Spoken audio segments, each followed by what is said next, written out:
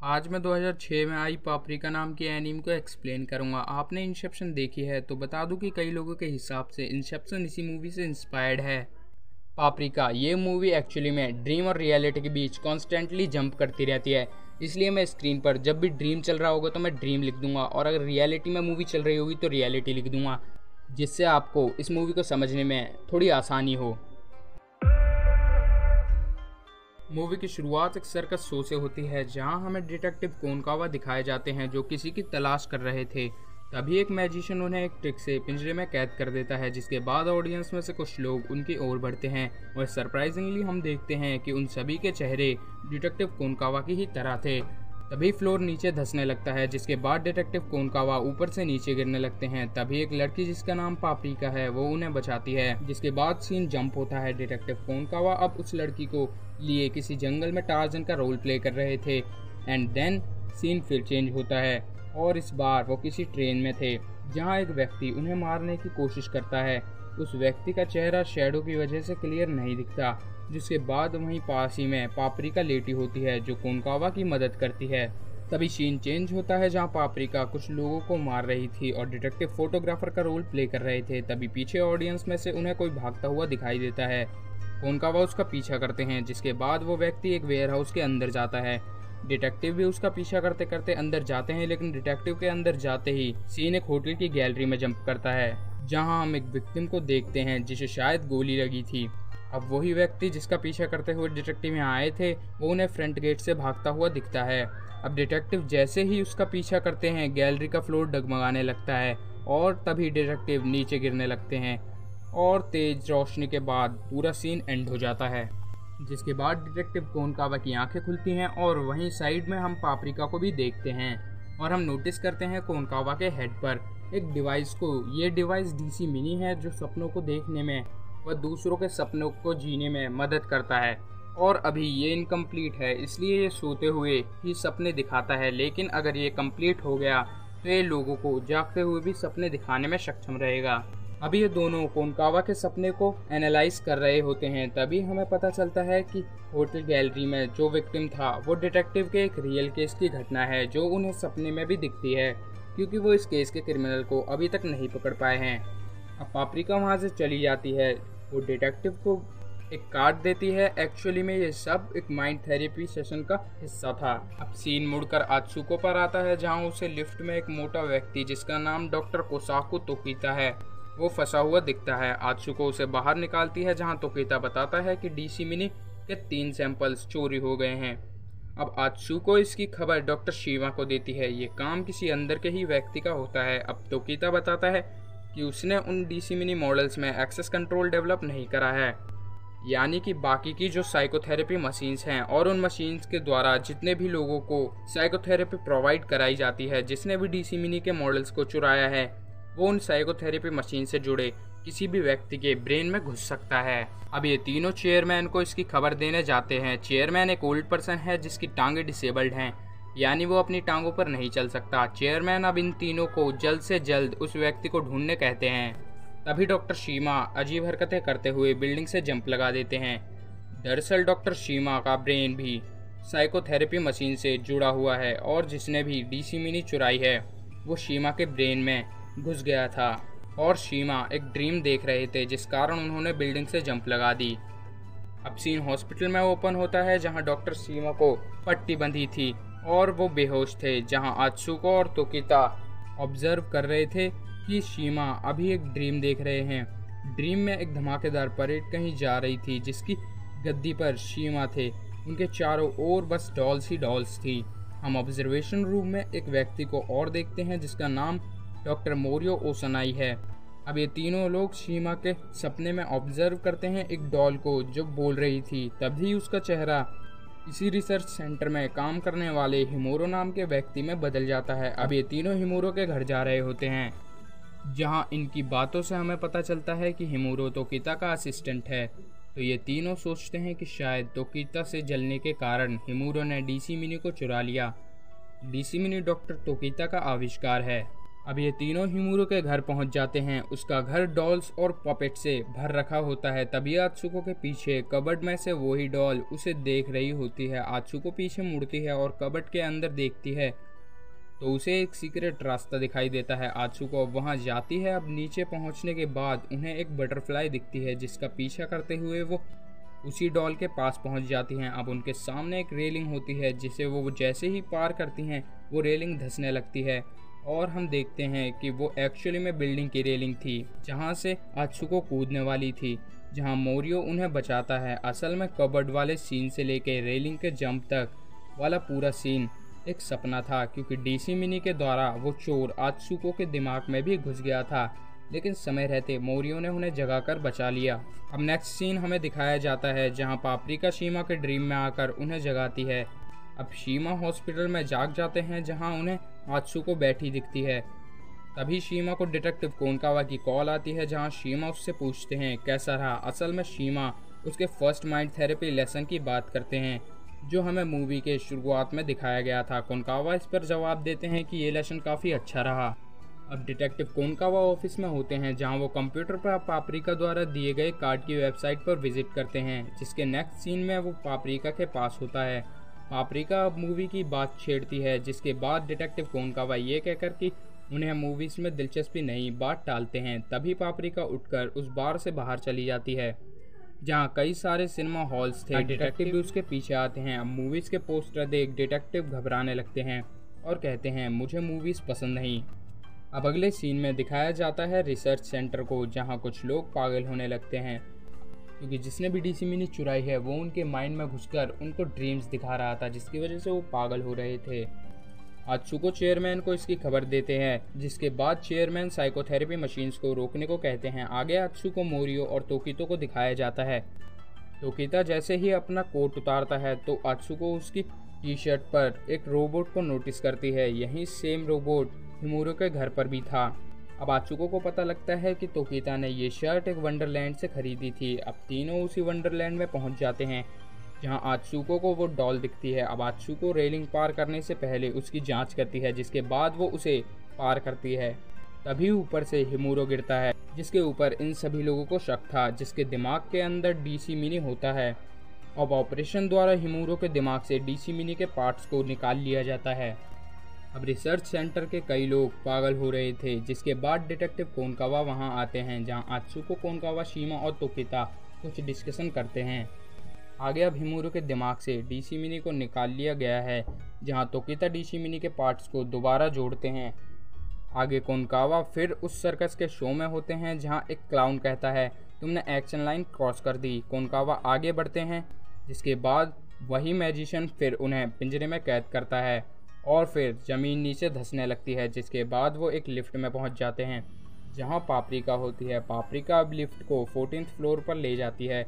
Lift का gate खुलता है तो डिटेक्टिव देखते हैं कि टार्जन बन के वही सामने से गुजर रहे थे। अब लिफ्ट का गेट 15th फ्लोर पे खुलता है जहां डिटेक्टिव को कोई मारने की कोशिश कर रहा था। अब लिफ्ट 16th फ्लोर पे पहुंचती है जहां कोनकावा फोटोग्राफर थे। एक्चुअली में उनके ड्रीम्स ही एक फ्लोर बनकर आ रहे थे। अब लिफ्ट जैसे 17th फ्लोर पे पहुंचने वाली होती है, कोनकावा पापरिका को 17th फ्लोर पर जाने से मना करते हैं, क्योंकि कोनकावा जानते हैं कि 17th फ्लोर पर उनका वही विक्टिम वाला सपना होगा। तभी लिफ्ट के सभी फ्लोर 17th में चेंज हो जाते हैं। गेट खुलता है तो कोनकावा अपने आप को फिर होटल गैलरी में पाते हैं जहां उसी विक्टिम की बॉडी थी।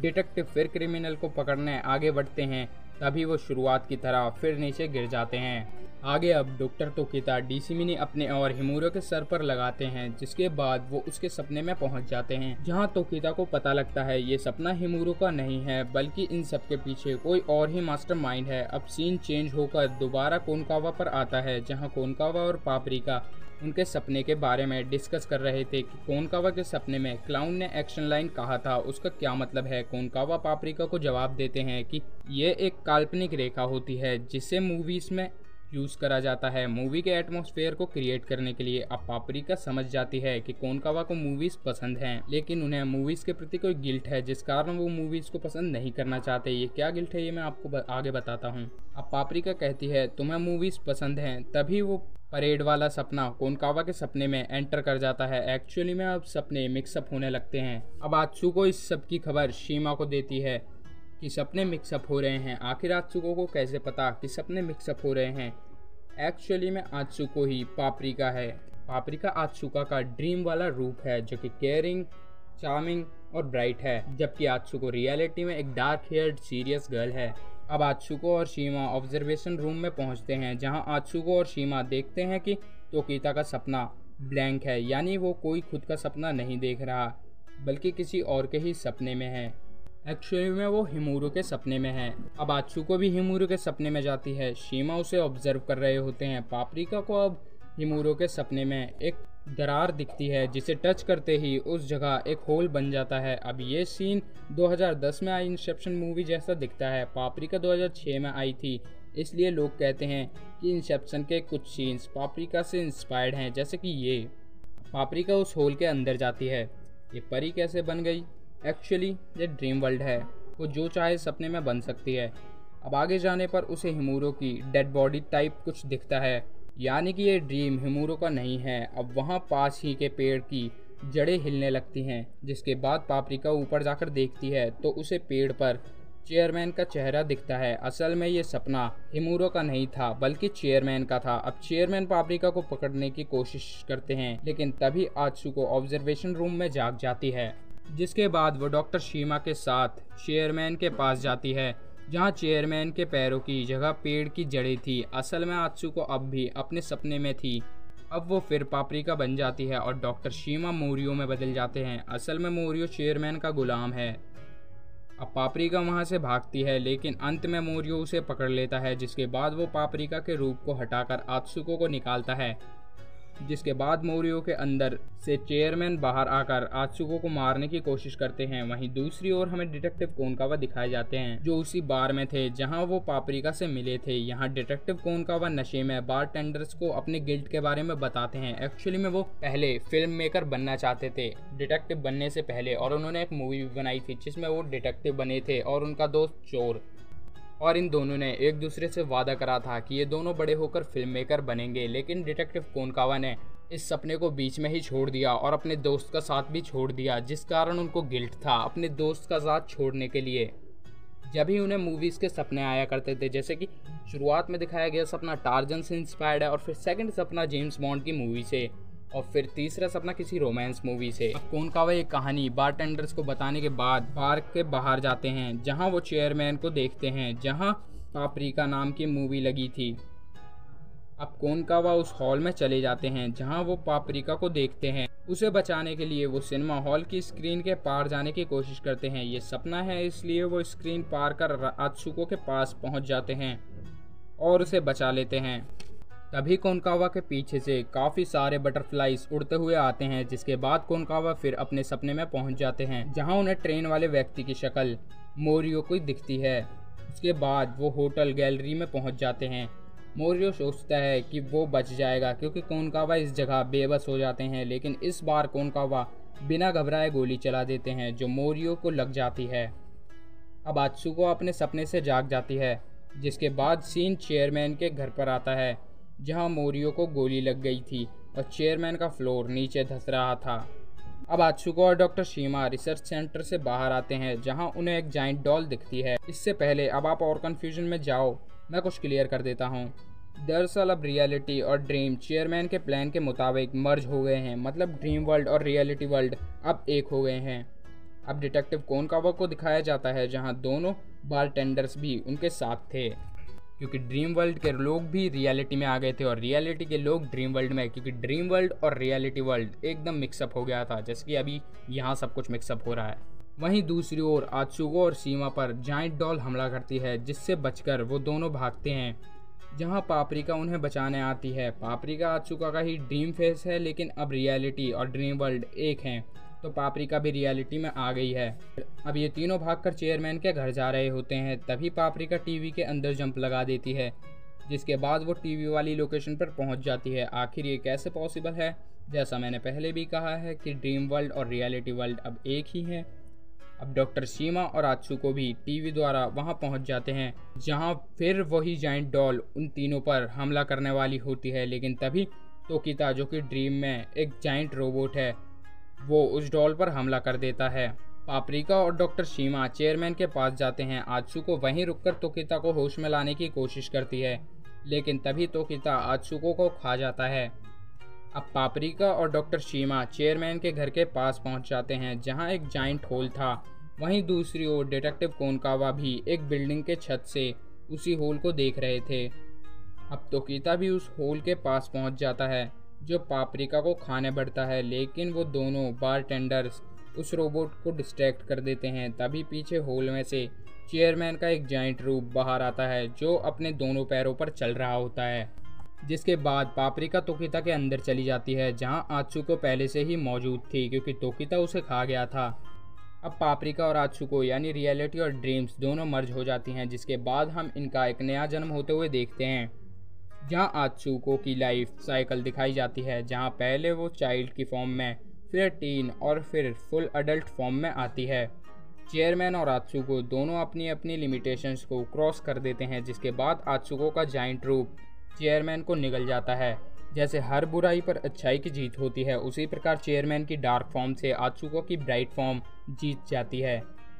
जिसके बाद अब सब शांत हो जाता है और dream world and reality world फिर सेपरेट हो जाते हैं। आगे डिटेक्टिव कोनकावा को दिखाया जाता है, जो मिरर में अपने फ्रेंड की छवि को देखते हैं, जिसके साथ वो मूवीज़ बनाना चाहते थे, लेकिन उन्होंने मूवीज़ का सफ़र बीच में ही छोड़ दिया, जिस कारण उनके अंदर एक गिल्ट था। लेकिन उनके दोस्त की छवि कोनकावा से कहती है कि तुमने कुछ गलत नहीं करा, बस तुमने अपने फिक्शन को रियलिटी में जिया। क्योंकि कोनकावा ने एक मूवी बनाई जिसमें वो डिटेक्टिव थे, लेकिन आज वो रियलिटी में एक डिटेक्टिव हैं।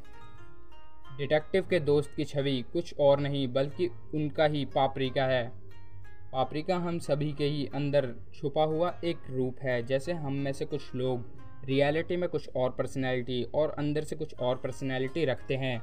मूवी की एंडिंग में पापरिका की वेबसाइट पर पापरिका कोनकावा से कहती है कि एक किड्स ड्रीम नाम की नई मूवी रिलीज़ हुई है, तुम उसे देखो। जिसके बाद कोनकावा उस मूवी को देखने जाते हैं, यानी वो अब अपने गिल्ट से बाहर आ चुके हैं। और इस मूवी की एंडिंग में हमें ये भी पता चलता है डिटेक्टिव ने उस विक्टिम के मर्डरर को भी पकड़ लिया है, जिसके सपने उन्हें आया करते थे। एंडिंग में जहाँ तक मुझे लगता है वो मूवी शायद कोनकावा के फ्रेंड ने ही बनाई थी, जिसके साथ मिलकर ये फिल्म मेकर बनना चाहते थे। अगर मूवी अब भी आपको क्लियर नहीं है तो मैं एक शॉर्ट स्टोरी आपको देता हूँ कि आखिर पूरी कहानी में हुआ क्या। इस मूवी में डीसी मिनी नाम का एक डिवाइस है, जो दूसरों के सपने में जाने की क्षमता किसी को भी दे सकता है। चेयरमैन एक डिसेबल्ड पर्सन था, जिसने डीसी मिनी डिवाइस का यूज़ रियलिटी और फिक्शन को एक साथ लाने में किया। क्योंकि चेयरमैन रियलिटी में एक डिसेबल्ड पर्सन है, वहीं फिक्शन यानी ड्रीम वर्ल्ड में वो अपने पैरों पर चल सकता है, लेकिन हमेशा तो वो ड्रीम नहीं देख सकता। इसलिए उसने ड्रीम को रियलिटी के साथ जोड़ने का एक प्लान बनाया और वो उस प्लान में कामयाब भी हो गया, क्योंकि अंत में वो अपने दोनों पैरों पर चल रहा था। लेकिन उसके प्लान को आत्सुका ने नाकामयाब कर दिया, अपने फिक्शन और रियलिटी की पर्सनैलिटी को एक करके। एंड सेकंड थिंग, यहाँ कोनकावा की एक अलग स्टोरी थी। वो मूवीज़ के गिल्ट में थे कि आखिर वो फिल्म मेकर क्यों नहीं बने। तभी उन्हें मूवीज़ के ही ड्रीम्स आया करते थे, जैसे Tarzan, James bond and romance movies. लेकिन अंत में उनके पापरिका यानी उनके दोस्त की छवि, जो कि एक्चुअली में कोनकावा ही थे, उन्होंने अपने आप को समझाया कि उन्होंने जो भी रास्ता चुना वो बिल्कुल सही था। एंड में जब वो गिल्ट से बाहर आ गए तो उन्होंने मर्डरर विक्टिम जिसका सपना उन्हें आता था, उसे क्रिमिनल को भी पकड़ लिया और दोबारा मूवीज़ को एंजॉय करने लगे। अब बात कर लेते हैं कि इंसेप्शन को क्यों आखिर इस मूवी से इंस्पायर्ड कहा जाता है। ये मूवी आई थी 2006 में, वहीं इंसेप्शन आई थी 2010 में। इस मूवी में एक डिवाइस है जो दूसरों के सपने में घुसने में मदद करता है। उसी तरह इंसेप्शन में भी एक डिवाइस है जो सेम कॉन्सेप्ट पर ही आधारित है और इसके कुछ सीन्स भी सिमिलर हैं, जैसे लिफ्ट वाला सीन और ये दरार वाला सीन और ये होटल वाला सीन। मुझे तो दोनों ही मूवीज़ काफ़ी अच्छी लगी। अगर आपने इंसेप्शन देखी है तो पापरिका को भी देख लेना। ऐसी और भी मूवीज़ एक्सप्लेनेशन के लिए चैनल को सब्सक्राइब कर लेना। वीडियो यहाँ तक देखी है तो वीडियो को अपना कीमती समय देने के लिए थैंक यू।